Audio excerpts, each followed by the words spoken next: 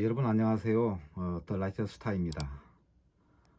오늘은 로마서 3장에 대해서 한번 말씀을 나눠보고자 합니다. 로마서 3장은 정말 중요한 성경이죠. 많은 사람들이 이 성경 중에서 가장 핵심이 된 성경이 어디냐 이렇게 얘기했을 때 로마서라고 얘기를 많이 합니다.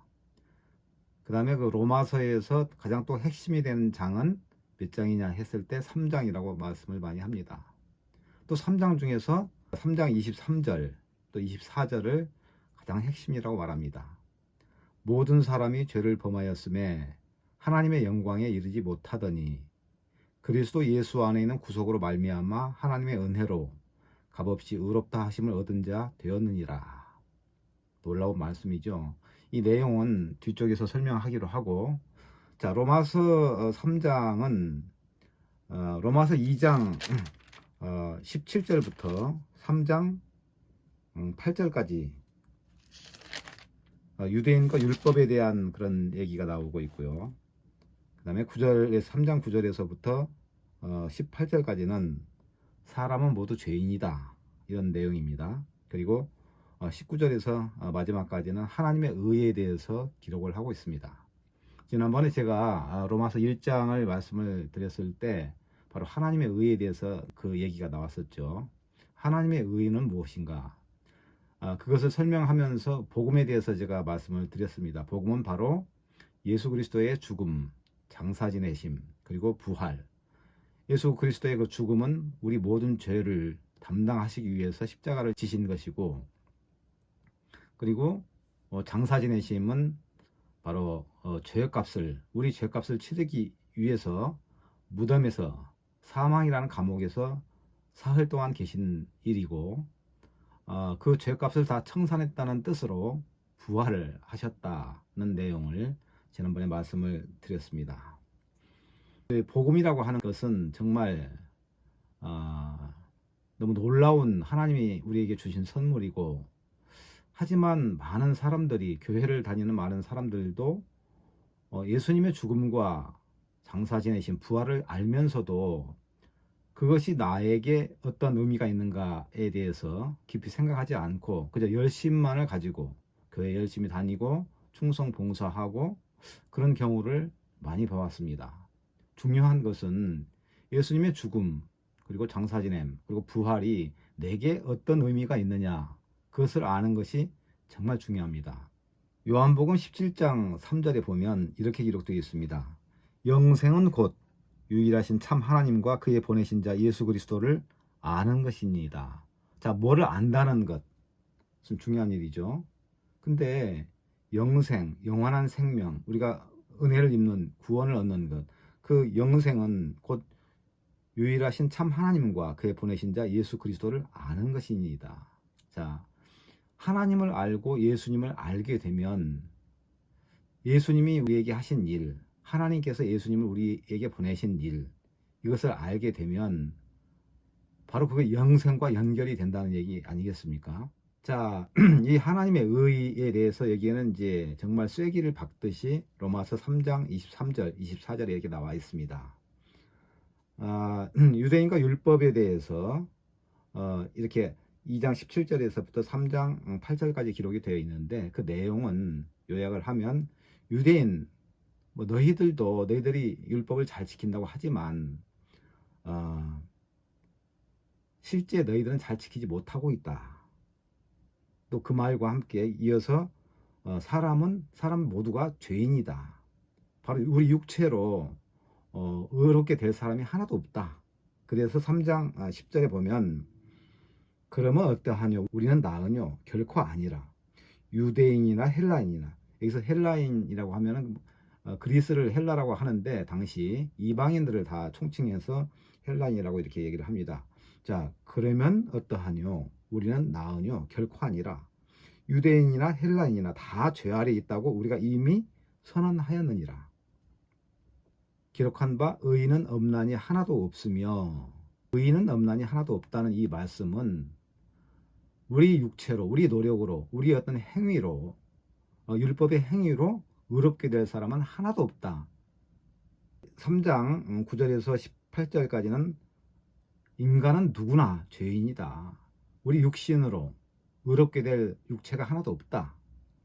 그리고 이제 3장 19절부터 하나님께서는 죄인으로 만들어 놓고 우리가 죄인이 되어야 우리가 의롭게 될 수가 있으니까요. 우리의 어떤 행위로 의롭게 되는 게 아니고 예수님이 이 땅에 오셔서 우리 모든 죄를 사하시고 또 죄값을 청산하시고 그리고 부활하심으로 우리를 의롭게 하신 이 사건이 더 빛을 발하게 될 수가 있지 않습니까? 우리가 만약에 잘난 것이 있고 우리 행위로 온전하다면 우리 행위가 온전하고 우리 노력이나 우리의 어떤 수고 또 율법을 잘 지키는 것 이것으로 우리가 온전하게 된다면 예수님이 이 땅에 오실 필요가 없는 것이죠.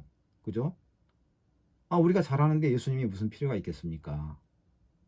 그래서 더 우리를 죄인으로 정확하게 만들어 놓으시고 그런 죄인을 위해서 예수님께서 이 땅에 오셨고 완벽하게 우리 죄를 사하셨다고 성경은 말씀하고 있는 것이죠. 그런데 사람들은 참 이상하게도 율법을 지키면 되는 줄 알고 있습니다.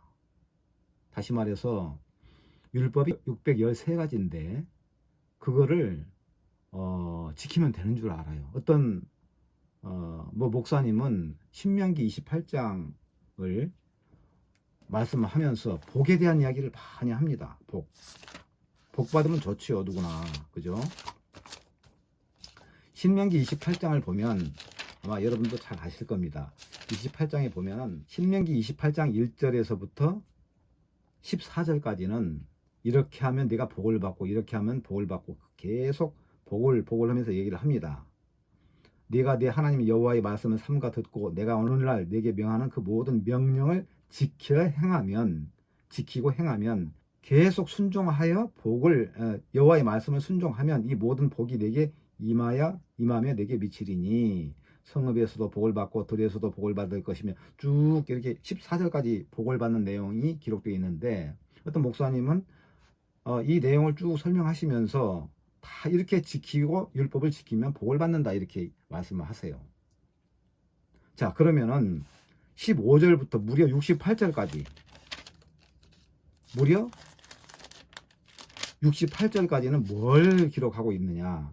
네가 만일 네 하나님 여호와의 말씀을 순종하지 아니하여 내가 오늘날 네게 명하는 그 모든 명령과 규례를 지켜 행하지 아니하면 이 모든 저주가 네게 임하고 네게 미칠 것이니 무서운 말씀이 기록되어 있어요. 자, 그러면 우리가 지킬 수가 있습니까? 지킬 수가 없습니까? 이 말씀은 우리는 더 지킬 수가 없는데 사람들이 이렇게 얘기합니다. 아니 지킬 수 있는 데까지는 지키고 못 지키면 회개하면 되지. 근데 여기 그렇게 나와 있습니까? 15절부터 68절까지 한번 여러분들 쭉 읽어보십시오.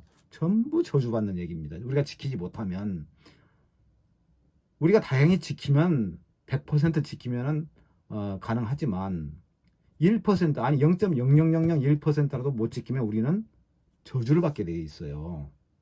그런데 사람들은 그것을 생각하지 않고 나는 지킬 수 있다 이렇게 생각한다는 거죠. 십계명도 마찬가지입니다. 자, 십계명 10가지지 않습니까? 위에 1계명에서 4계명까지는 하나님, 그 다음에 5계명에서 10계명까지는 인간. 그거를 예수님께서는 하나님 사랑과 이웃 사랑으로 이렇게 두 개로 강령으로 말씀하셨지 않습니까? 근데 그 중에서 비교적 쉽게 우리가 범하는 계명이 거짓말이라고 생각해요. 사람들은 거짓 증거하지 말라 이렇게 되어 있으니까 다른 것들은 자기가 지킬 수 있다고 생각하는 거죠. 자, 근데 결론적으로 제가 말씀드리면 우리는 하나도 지킬 수가 없습니다. 왜 지킬 수가 없느냐? 오해하지 마십시오. 야고보서 2장 10절을 한번 제가 찾아보겠습니다. 야고보서 2장 10절을 보면 뭐라고 기록되어 있냐면은 누구든지 온 율법을 지키다가 그 하나에 거치면 모두 범한 자가 되나니. 자, 이 무슨 말씀입니까? 율법이 613가지인데 그 중에 한 가지를 범했습니다. 그러면은 613가지 다 범한 것하고 똑같이 여긴다는 것이죠. 자, 그러면 10계명을 예로 들자면 제가 거짓말을 하나 했어요. 그러면은 나머지 9개 도 다 지키지 못한 것이 된다는 것이죠. 왜 그렇죠? 이유가 뭐죠?